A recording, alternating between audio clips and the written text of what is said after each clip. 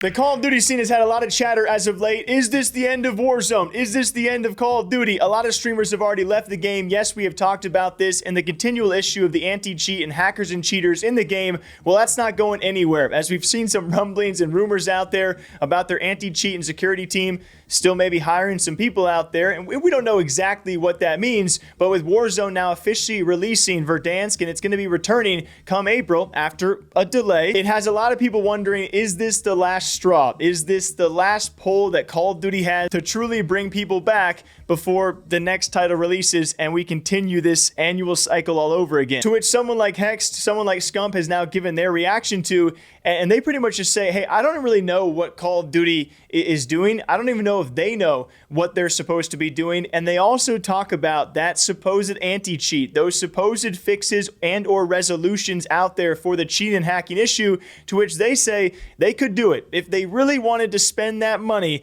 they could fix their game. Which I think we're all wondering, like, can they? Is it really possible by now? Why? What's that? So Verdansk was supposed to come out, I believe, the week before this, but it got delayed until April 3rd because Verdansk is dropping with the start of Season 3. Obviously, everyone's super pumped about that, including myself. Are the cheaters still bad? Yeah. Yeah, they're still bad. They're still bad, for sure. You think that's why they delayed it? No, I think they're just making some polish. So they just don't give a fuck about the cheaters? I don't think they know what to do. Yeah. Personally, I think if they knew what to do, there would have already been a solution. No. What do you mean no? Every solution has a price, and they can afford any of those solutions. It's not that they can't afford or they haven't found something. They know what it is. They just don't want to pay it. No, they got to do what they got to do for what they got to do is pay it. They are not, because I don't know. I mean, obviously that level of complexity of their finances, obviously, is a fucking massive company. But when your player count is down because of a problem, you would think that you would fix the problem so that your player count can go up and you can fucking make that cash, right? Well, but they're saying because our player count is low, we have to protect the chips that are coming in.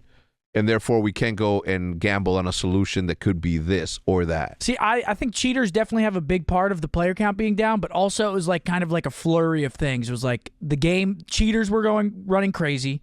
They drop ranked early, so everyone already got their ranked fix. And then the cheaters like really surged in, and then Marvel Rivals dropped. It's like there's like a perfect storm of a bunch of things going wrong right now for the player count to be as low as it is. And then you look at like other esports. Now Valorant esports is starting to ramp up again. Counter-Strike esports is starting to ramp up again. So it's like on top of the game not being in a good spot, all these other games are doing, a good job and have just been doing a good job. So it's like people are finally getting fed up with it, and they're starting to finally pull away. Also, people are like, the maps aren't good in this game. And again, all of this then followed up by the fact that Verdansk is returning. That return was then delayed to early April. And a lot of people so far are thinking, okay, when this does come back, it'll be a big splash in the pan. Some people will return. We've had Tim, we've shared his opinions on this. We've even seen someone like Nadeshot give his opinions. They will come back. They said they're going to leave Marvel Rivals for a few days, but most likely they won't be sticking around. I think a lot of people are forgetting something. Can I remind you all of something?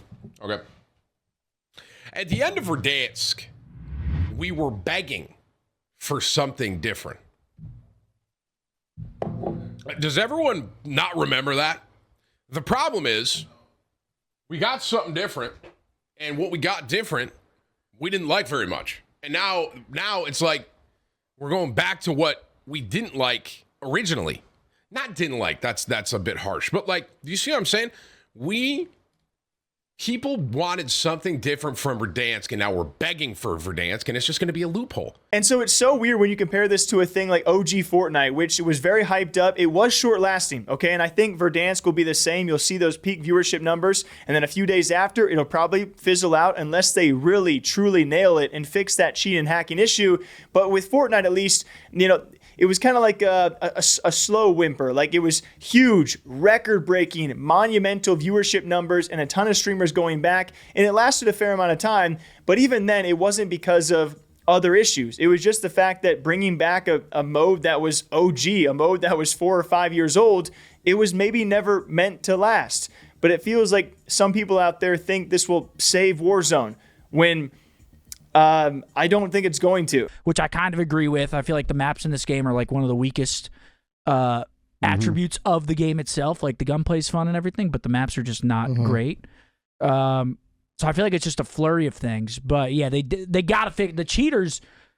Should be should be the easiest thing to fix for them. Should be number one. That should be number one. If you can't get on the game and have a genuine, fair experience, then that already taints.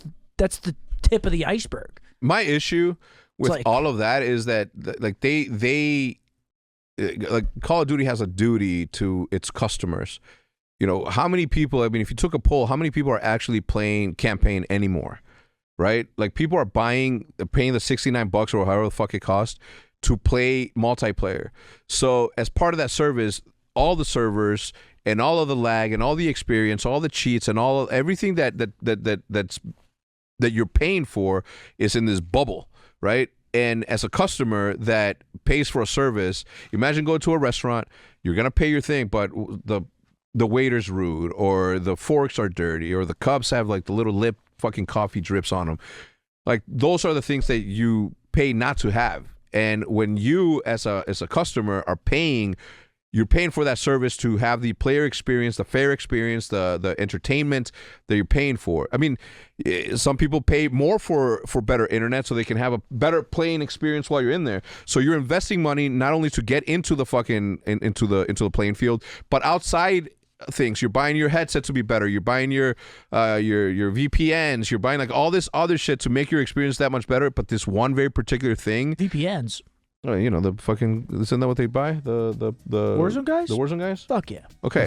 So you're going out I of saw your... one of them promoting it the other day. I was like, oh, so we just don't give a fuck anymore. Yeah, we're just playing bots all day. We're just getting I knew they were doing it the whole time in those kill races. Now and so that has now drawn the discussion of, is this the end of Warzone? Will there be continued support for this, or will it be something else? What about the Battle Royale genre in general? And right now, I'm just over here. I've said this every video. I'm just playing Smite 2.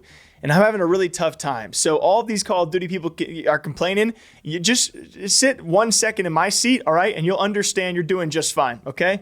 There are tougher games out there to play right now, and I am still playing it. But the entire gaming scene is in such a weird spot right now with everyone playing Marvel Rivals. And am I crazy? It is not a great spectator game. It truly isn't, especially compared to other Battle Royales. I would say Warzone is one of the more easily digestible games we saw for a long, long time, Fortnite before it. And then when it comes to a game like Marvel Rivals and streamers playing it, I just have a hard time watching it. I'm sure it's really enjoyable and a great game. Truly it is, but it's so hard to watch. I want these streamers to move on to whatever the heck is going to be next, and I don't think it's going to be Verdansk and Warzone for long. What do you guys think? Till next time, though, take care of yourselves. Cheers, guys, all right? And we'll see you back here soon. Take care.